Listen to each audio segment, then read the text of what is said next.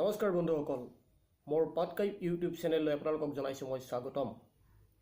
মোৰ এই চেনেলটো যদি আপোনালোকে ছাবস্ক্ৰাইব কৰা নাই তেতিয়াহ'লে আপোনালোকে ছাবস্ক্ৰাইব কৰি লওক আৰু কাষতে থকা ঘণ্টা বুটামটো দবাই দিয়ক আৰু আহি থকা নতুন নতুন ভিডিঅ' আপোনালোকে পাই থাকিব।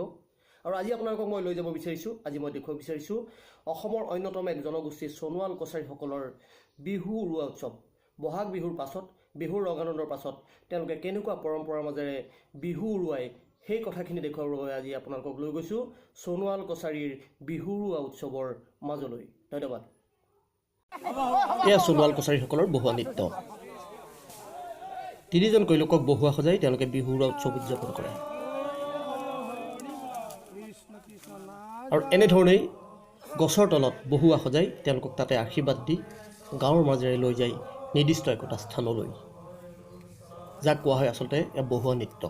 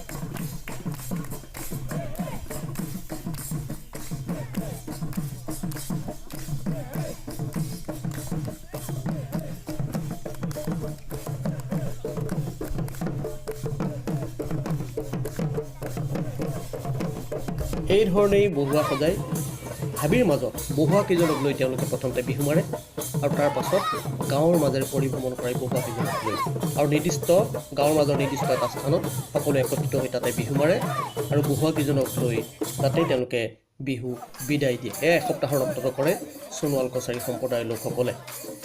আৰু সেই এসপ্তাহৰ পৰৱৰ্তী সময়ত অৰ্থাৎ বহাগ মাহৰ এটা সপ্তাহ তেওঁলোকে প্ৰথম বিহু উদযাপন কৰে আৰু 7 দিনৰ পাছত এই ধৰণে নিৰ্দিষ্ট এটা দিনত তেওঁলোকে বিহু বিদায় দিয়ে বহুৱা নৃত্যৰ মাজেৰে।